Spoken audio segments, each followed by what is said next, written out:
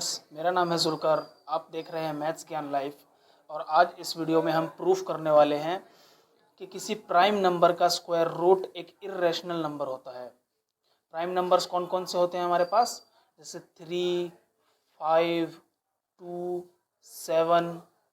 तो इन सभी का जो स्क्वायर रूट होगा, जैसे √2, √3, √5 और √7 एंड सो ऑन, ये सभी जो है एक इर्रेशनल नंबर होंगे। दोस्तों, जैसा कि हमने अपने लास्ट वीडियो में √2 को इर्रेशनल प्रूफ करने के लिए प्रूफ ऑफ कॉन्ट्राडिक्शन का यूज़ किया था, इसी तरीके से आज हम इन सभी प्राइम नंबर्स को इर्रेशनल प्रूफ करने के लिए प्रूफ ऑफ कॉन्ट्राडिक्शन का यूज़ करेंगे। तो चलिए पहले एक प्राइम नंबर को एज्यूम कर लेते हैं p। हमें ये प्रूफ करना है कि इसका स्क्वायर रूट जो है एक इर्रेशनल नंबर है। क्योंकि हमें इसमें प्रूफ ऑफ कॉन्ट्राडिक्शन का यूज़ करना है, तो हम इसको एक रैशनल नंबर मान लेते हैं। इसको हम एक रैशनल नंबर एज्यूम कर लेते हैं। अगर ये एक रैशनल नंबर है तो हम इसको a/b इस फॉर्म में रिप्रेजेंट कर सकते हैं, जहां a और b कोई दो इंटीजर्स हैं और ये दोनों जो है को प्राइम नंबर्स हैं।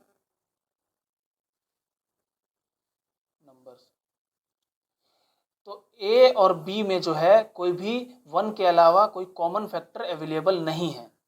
अब अगर आगे चलकर हमने ये प्रूफ कर दिया कि a और b में 1 के अलावा भी कोई एक कॉमन फैक्टर अवेलेबल है, तो हमारी ये वाली अजम्पशन तो गलत हो जाएगी। तो हम कहेंगे कि a/b का जो रेशियो है वो एक इर्रेशनल नंबर होगा।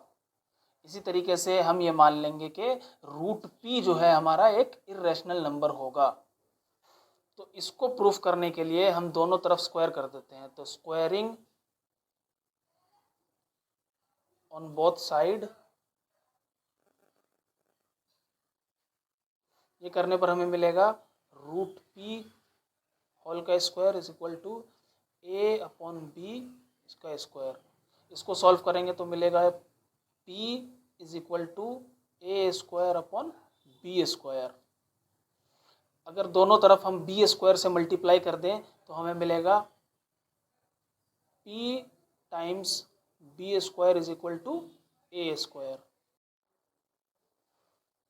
ये एक बहुत इम्पॉर्टेंट रिजल्ट मिला है हमें यहाँ से, क्योंकि हम यहाँ से देख सकते हैं कि a² जो है वो p टाइम्स b² के इक्वल है। तो इसको देखकर हम कह सकते हैं कि a² is a multiple of p। a² is a multiple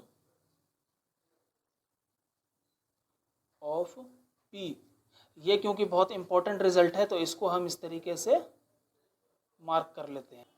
मतलब ये कि p जो है वो a² का एक प्राइम फैक्टर है। इसको समझने के लिए हम a की वैल्यू को कुछ इस तरह से अज्यूम कर लेते हैं कि a is equal to x1 into x2 into x3 up to xn, जहाँ x1, x2, x3 कोई नंबर्स हैं जिनको मल्टीप्लाई करने पर हमें a मिलेगा। ये नंबर्स कितने भी हो सकते हैं, हमें इसके बारे में कुछ नहीं पता है। अगर a की वैल्यू हमने ये अज्यूम की है तो a² हमारा क्या हो जाएगा, a इंटू a। अब a की वैल्यू हम इसमें रखते हैं तो क्या आएगा, x1 into x2 into x3 up to xn multiply by x1 into x2 into x3 multiply xn।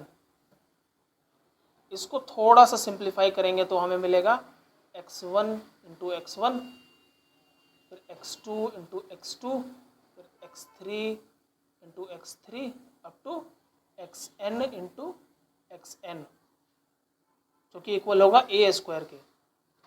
अब यहाँ पर हम देख सकते हैं कि जो a में जो वैल्यूज़ एक बार आ रही थी, यहाँ पर वो 2 बार रिपीट हो रही है। यहाँ पर हमने देखा था कि p a² का एक प्राइम फैक्टर है और a² की वैल्यूज़ हमारे पास ये आ गई है, x1 into x1, x2 into x2, x3 into x3 up to xn into xn। तो p जो है इनमें से कोई एक वैल्यू होगी। मान लेते हैं हमारे पास x1 जो है, ये वाला x1, ये p के इक्वल है।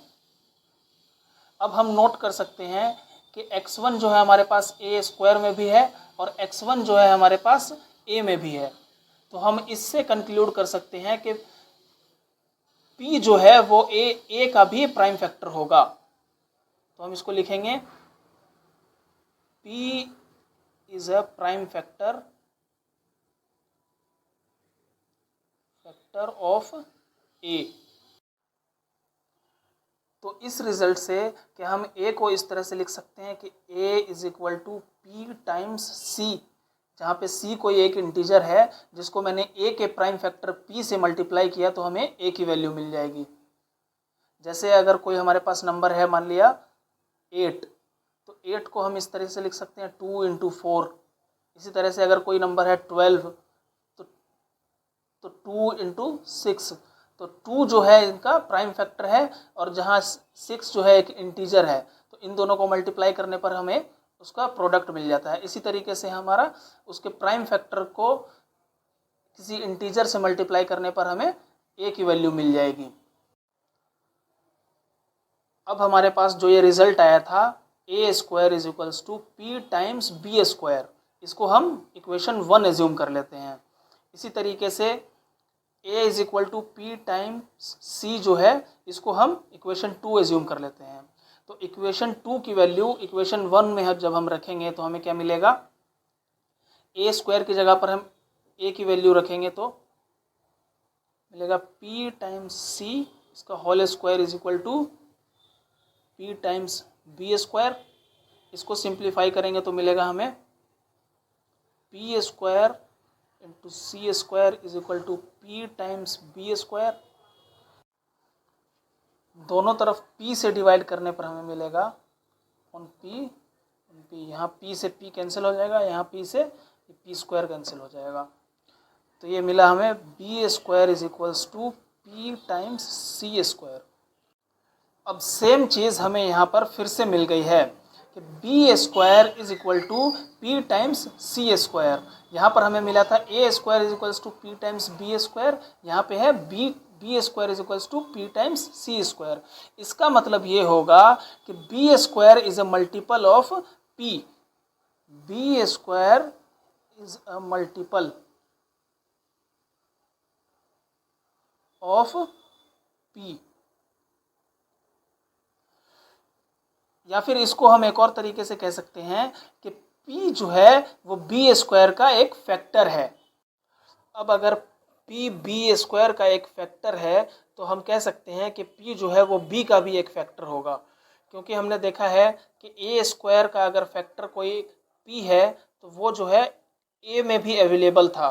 तो हम कह सकते हैं कि P is a factor of B।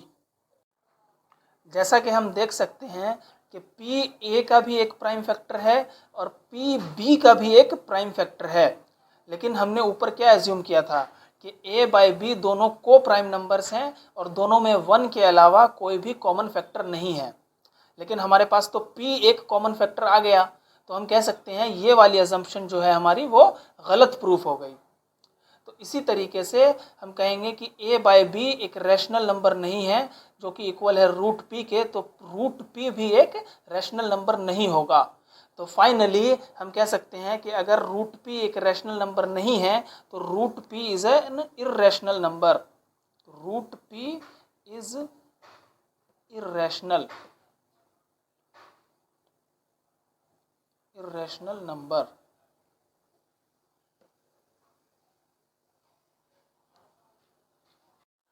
तो हमारे पास फाइनल रिजल्ट आया कि प्राइम नंबर का स्क्वायर रूट जो है वो एक इर्रेशनल नंबर होता है। तो हम समझ सकते हैं कि root 2, root 3, root 5, root 7 up to जितने भी प्राइम नंबर्स हैं उन सब का रूट जो है हमारे पास एक इर्रेशनल नंबर होगा।